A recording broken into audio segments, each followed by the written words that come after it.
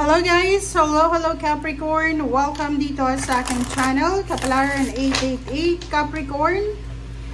This is general reading, so pwede kang makaresonate. Gamitin mo ang iyong intuition sa panunod, Capricorn. Okay. Tingnan natin. Ano ba ang message? Ano ba ang vibration? Ano ba ang energy na para sa'yo, Capricorn? Wow! First card mo, Capricorn, is Abundance. Abundance card, sinasabi ng bara sa'yo dito na enjoy the beauty of life. Your supply is unlimited. Blessings are coming to you. Wow!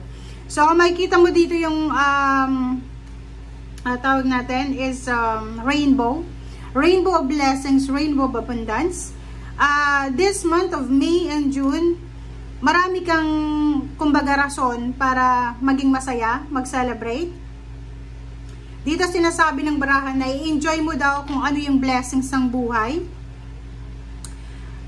Kung halimbawa sa ngayon habang nanonood ka na may problema ka sa pera, financial, dito sinasabi na wag kang masyadong mag-alala kasi your supply is unlimited. And maraming blessings ang parating para sa'yo. Okay.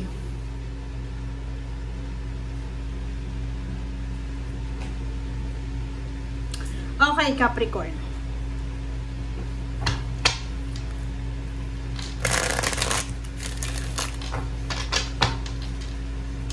Tingnan natin kung ano yung sasabihin sa'yo ng main deck.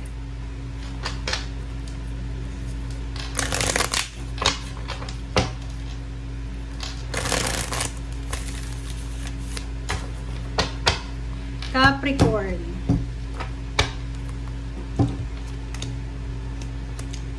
First two cards mo dito is Ace of Cups and the Lovers. Sinasabi ng baraha dito na yung love life mo ay sobrang magiging stable and secured and happy.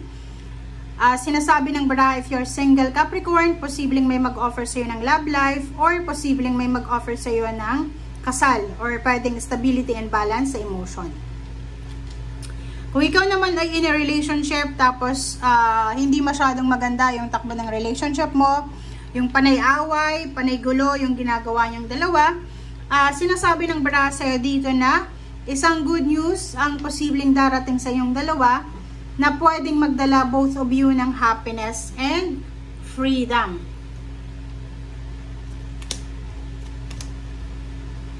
Okay.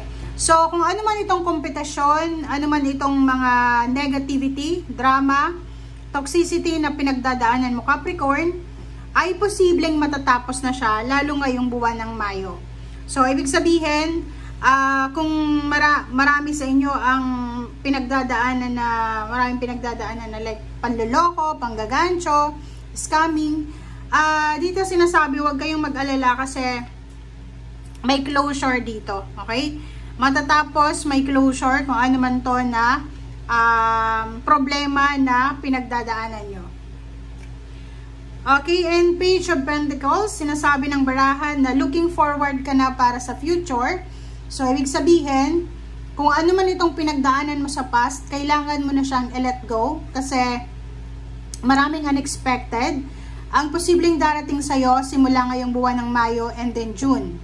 So, sinasabi ng baraha, like for example, pwedeng may graduation, meron, birthday celebration, wedding, retirement, end of contract, renewal of contract. So, maraming unexpected happenings dito para sa mga Capricorn ngayong buwan na to.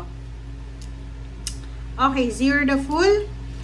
Dito naman, Capricorn, sinasabi ng baraha na yung iba sa inyo, hindi naman lahat, pero yung iba, posible silang magkakaroon ng offer. It's a new offer, pwedeng new job, new career, new place of work, new company, new love life. So, medyo risky siya. And dito sinasabi ng barahan na kailangan mong timbangin ang sitwasyon, lalo na kung tungkol ito sa pera. Like for example, kung may nag-o-offer sa'yo ng trabaho, sinasabi ng baraha sa'yo na kinakailangan mong pag-isipang mabuti, i-weigh mo yung mga circumstances and isipin mo kung ito ba ay makakapagbigay sa'yo ng financial balance or hindi. Okay. Next card natin is Queen of Pentacles and Wheel of Fortune.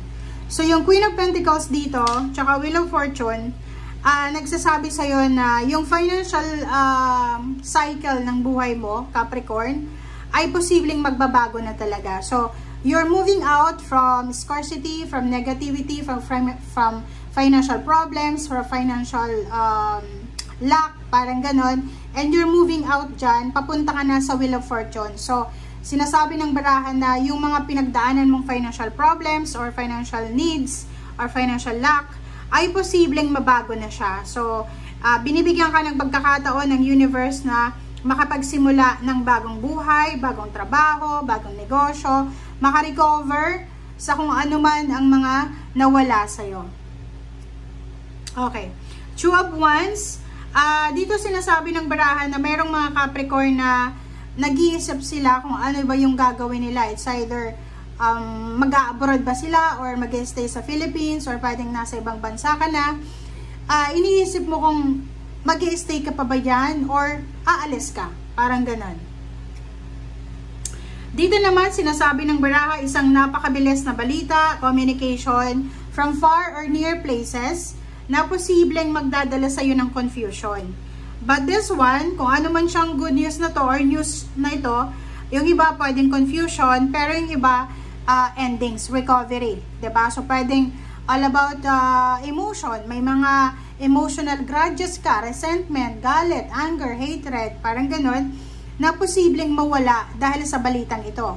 Pwedeng yung gumawa sa'yo ng masama ay kinakarma na. So yun yung balita sa'yo na alam mo si ganyan ganito, yung nanloko sa'yo, kinakarma na siya. So, hindi sa pagiging masamang tao, but, di ba, pag may tao lang tayo, pag nalaman natin na yung gumawa sa atin ng masama ay kinakarma, syempre makakaramdam ka ng relief. Di ba, na parang feeling mo ay, God is really good.